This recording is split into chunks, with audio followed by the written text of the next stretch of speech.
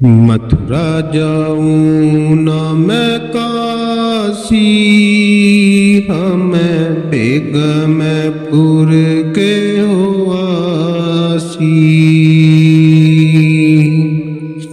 आइए गुरु प्यारी साध संगत जी, सतगुरु रविदास महाराज की एक अमूल्य वाणी जो गुरु ग्रंथ साहिब में दर्ज है। आइए उस वाणी के अंदर से खोज करते हैं और सतगुरु महाराज की दया के पात्र बनते हैं। यदि आप चैनल पर नए हैं तो सब्सक्राइब, लाइक, कमेंट करना ना भूलें। एक लाइक जरूर दबा देना। क्या पता है कि मथुरा जाऊं ना काशी, हम बेगम के वासी। क्या बता रही है कि ये टेक जो बताया, क्या बताया कि मथुरा ना मैं काशी जाऊं, हम बेगम, हम मतलब है कि बेगम उसको कहा था है कि जो सभी दुख से परे हो, जिसमें कोई गम ना हो, बेगम को। सतगुरु रविदास महाराज ने बेगम के बात बताई है कि हम बेगमपुर के वासी। तो आइए पहली कली के द्वारा क्या दर्शा रहे हैं गुरु रविदास महाराज। रहनी रह सो रोगी के ये, करनी करे सो कामी। महाराज दर्शा रहे हैं कि यदि रहनी में है कि जो वाणी हम कह रहे हैं, यदि उस वाणी को हमने समझ लिया और उस पर अपने अमल कर लिया तो हम रहनी में हैं। और यदि रहनी है तो रोगी हो गया, और करनी यानी कर्म है सो कामी। यानी कि कहा है कि रहनी रह सो रोगी कहिए, कर्म करे सो कामी, और रहनी गहनी दोनों नाही, नहीं सेवक नहीं स्वामी।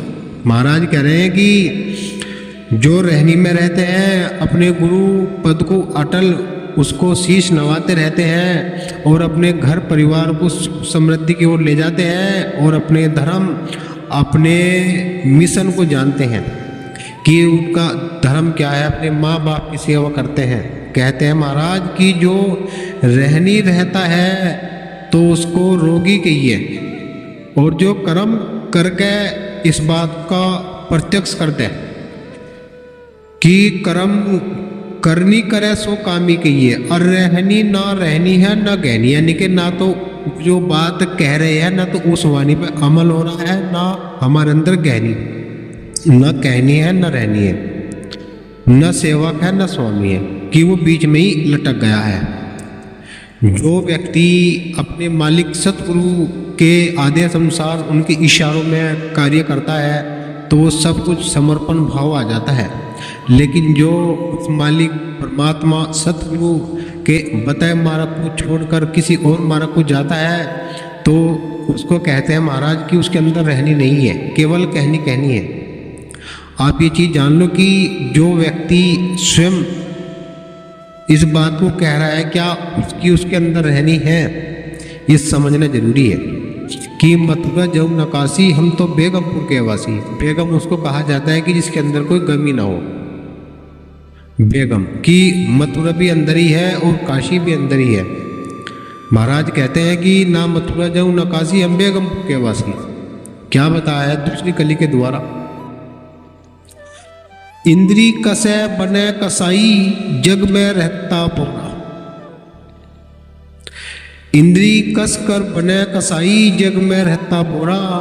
हम तो इन पंथों से न्यारे, जीता यम का जोरा। महाराज कह रहे हैं कि इंद्री, जो इंद्री को कस लेता है, उसको काट लेता है, उसको कसाई कहते हैं।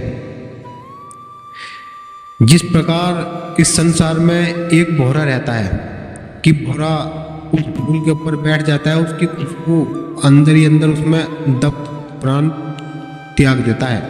ऐसे बताया कि इंद्री कस के बने कसाई, जिन्होंने अपनी इंद्री काट ली कसाई बन गए, संकल गिरवा ली कसाई बन गए। महाराज कहते हैं कि ऐसा कुछ भी नहीं करना, केवल अपने मन की वृत्ति को रोकना है और सतगुरु की भजन साधना मेडिटेशन तुम करोगे तो वो इंद्री भी रुक जाएगी। क्या कहते हैं कि इंद्री कस के बने कसाई, जग में रहता बोरा। हम तो इन पंथों से न्यारे, गुरु रविदास महाराज कह रहे हैं कि हम तो इन पंथों से भी न्यारे हैं कि हमने तो वो यम का जोरा, जो यम का जो जोर होता था वो भी हमने हटा दिया कि जो सत्य को शीश गाता रहेगा यम उसका कुछ नहीं बिगाड़ने का।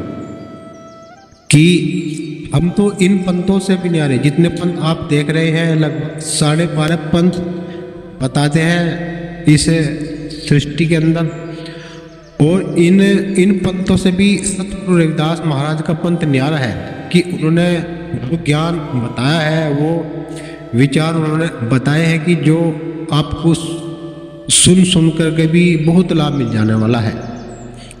कि मथुरा जाऊं न काशी, हम तो बेगमपुर के वासी। तीसरी कली के द्वारा क्या दर्शा रहे हैं महाराज कि ठाकुर तो सब ठोक जलाए, हर की हाट उठाई। कि ठाकुर तो सब ठोक जलाए, हर की हाट उठाई। राम खुदा करे मजदूरी, उस दरगाह के माई।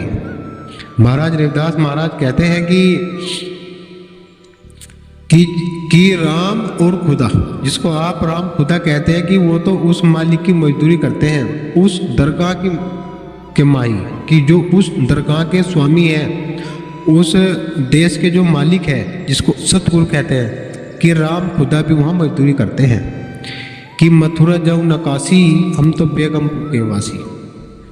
कि जिस देश के अंदर कोई गम ना हो, केवल स्वतंत्र हो, जीव किसी प्रकार के भय से मुक्त, सभी भय से वो मुक्त हो, तो वो सतगुरु का बंदा कहलाता है। तो क्या पता है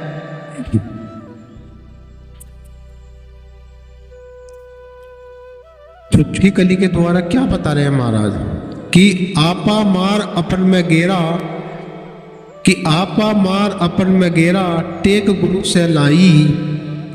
महाराज कहते हैं कि तू स्वयं को मार ले, अपने आप को तू खत्म कर ले, अपने विचारों को, अपने बुरे कर्मों को तू खत्म कर ले, और सत से गुरु महाराज से तू लो लगा ले। कि आपा मार ले अपन में गेर ले, कि आप अपन में सब जग भुल्ला, निंद्रा करी रे पराई। और बीरानी आत्मा का गला मोच के, अपना रे स्वार्थ बनाई।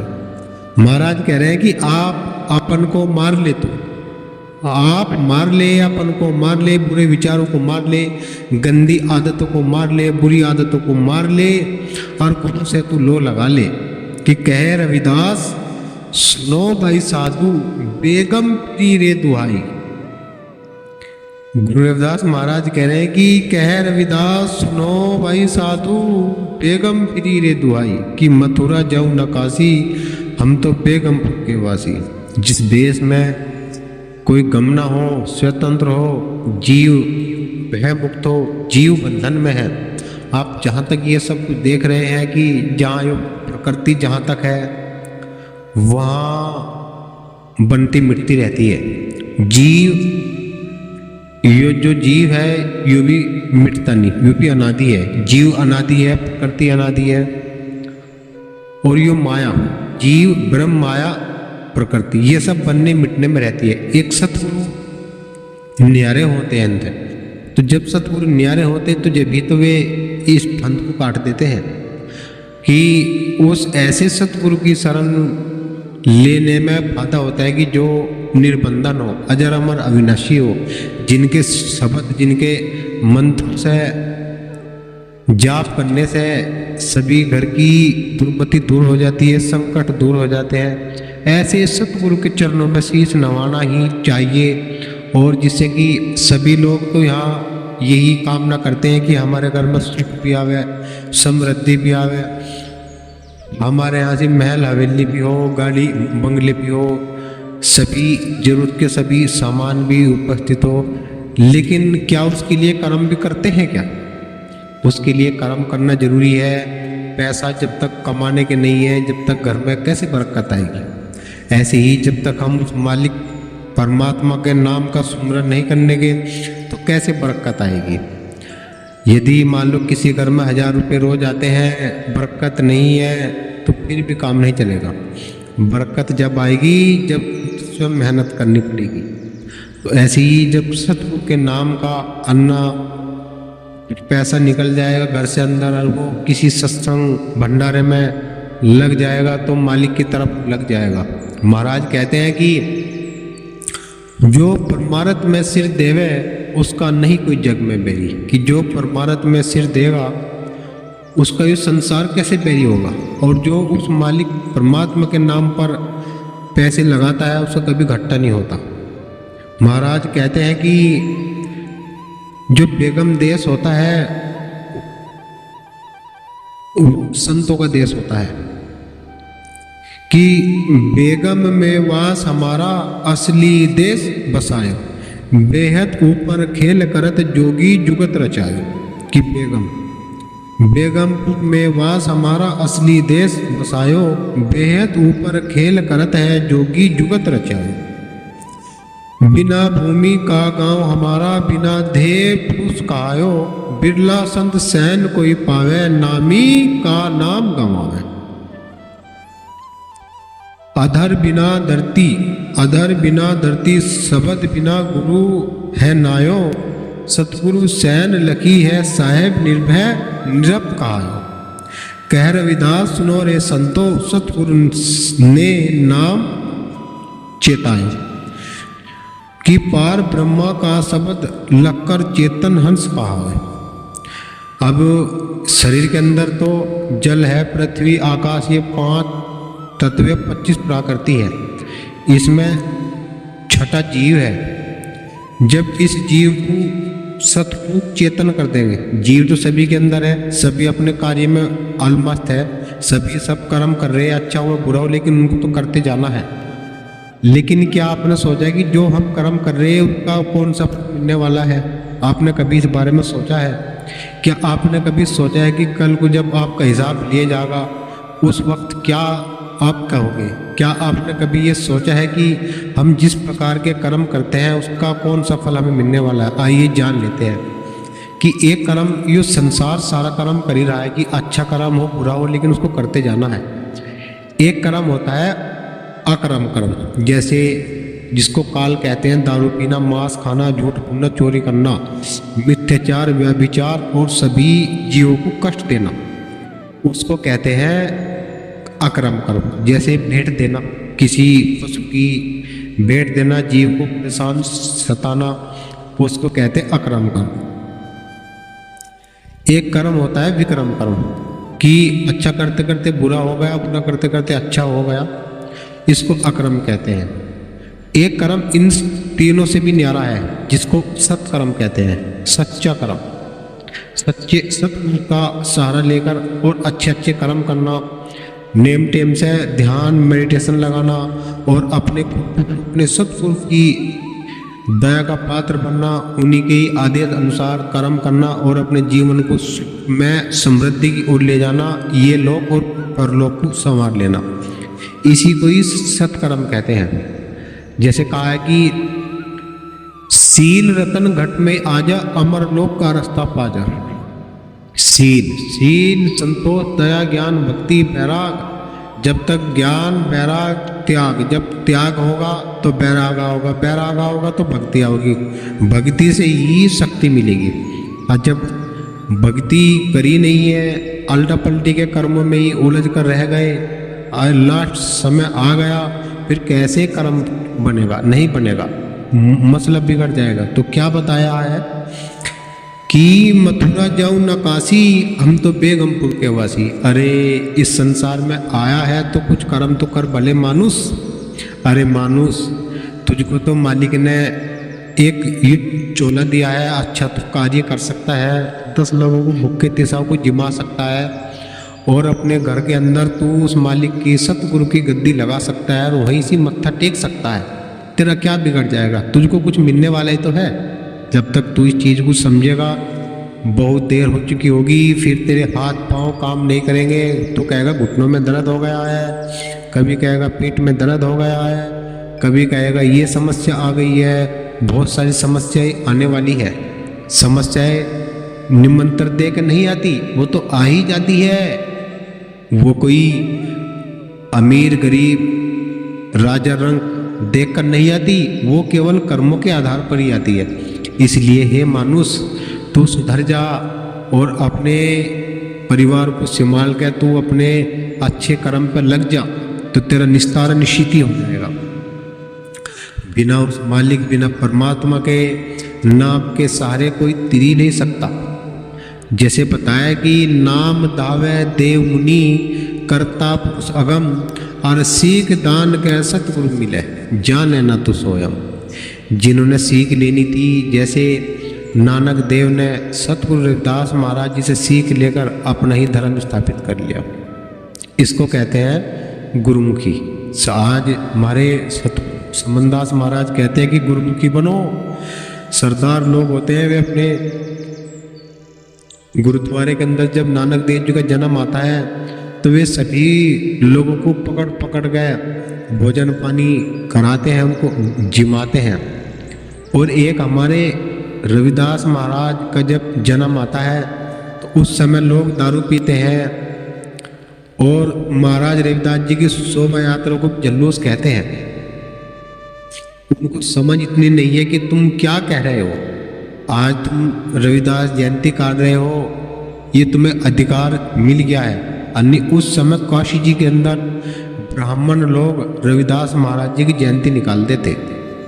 आज तुम्हें ये सौभाग्य मिल गया, अगर तुम्हें जयंती निकालनी है तो शुद्ध साफ मन करके और दूसरों को खाने की क्षमता आपके अंदर होनी चाहिए। जब आप दूसरों को खिलाने की क्षमता आपके अंदर रहेगी तभी तो मालिक आपके भंडार भरेगा। जब तुम्हारी इच्छा दूसरों को लूटने की है, ठगने की है, तो तुम्हारी झोली तो निश्चित ही खाली हो जानी है। ऐसे ही सतगुरु ने जो वाणी कही है वो ऐसे नहीं कही है। उन्होंने समस्त पूरा ब्रह्मांड का ज्ञान उनके अंदर समा है, उनके चरणों में ही आकर अमर हो जाते हैं। बिना सतगुरु के कोई यहाँ अमर नहीं हुआ। कैसे बताया कि राम कृष्ण भी अवतार कहाए, वशिष्ठ मुनि से कि राम कृष्ण भी अवतार कहाए, गुरु से बड़ा न कोई, वशिष्ठ मुनि से पूछन लागे जीवन मुक्त कैसे हुई। गुरुपद यहाँ अटल है, उसको कोई मेट नहीं सकता। तो पूरा पार करेगा। जैसे राजा जनक को अष्टावक्र ने वधे कर दिया था और राजा जनक ने सुखदेव को ज्ञान कराया था। आप ये चीज़ जान लीजिए, जैसे रविदास महाराज ने कमलयुग ज्ञान कराया, सदन को ज्ञान कराया, सिकंदर वास्तव ज्ञान करवा, नानक देव ज्ञान करवा, कबीर शहर ज्ञान करवा, अनेकों साधु संतों को इस मालिक सतगुरु महाराज ने ज्ञान कराया है। आप भी उस ज्ञान की सीढ़ी पकड़ लो और सतलोक में का ख्याल कर लो कि जाना तो पड़ेगा ही देह छोड़ के एक न एक दिन। वो मालिक भी हिसाब ही नहीं होगा। तो उस मालिक की आराधना करनी शुरू कर दीजिएगा। अपने घर के अंदर गुरुदास महाराज जी गद्दी लगाओ और वही शीश झुकाओ। बोलिए सतगुरु रविदास महाराज की जय, स्वामी समनदास महाराज की जय, गुरु मेहता दास महाराज की जय। बोलो साधु सतनाम। आप यदि चैनल पर नए हैं तो सब्सक्राइब कर लीजिएगा और एक लाइक जरूर कर दीजिएगा। सतनाम।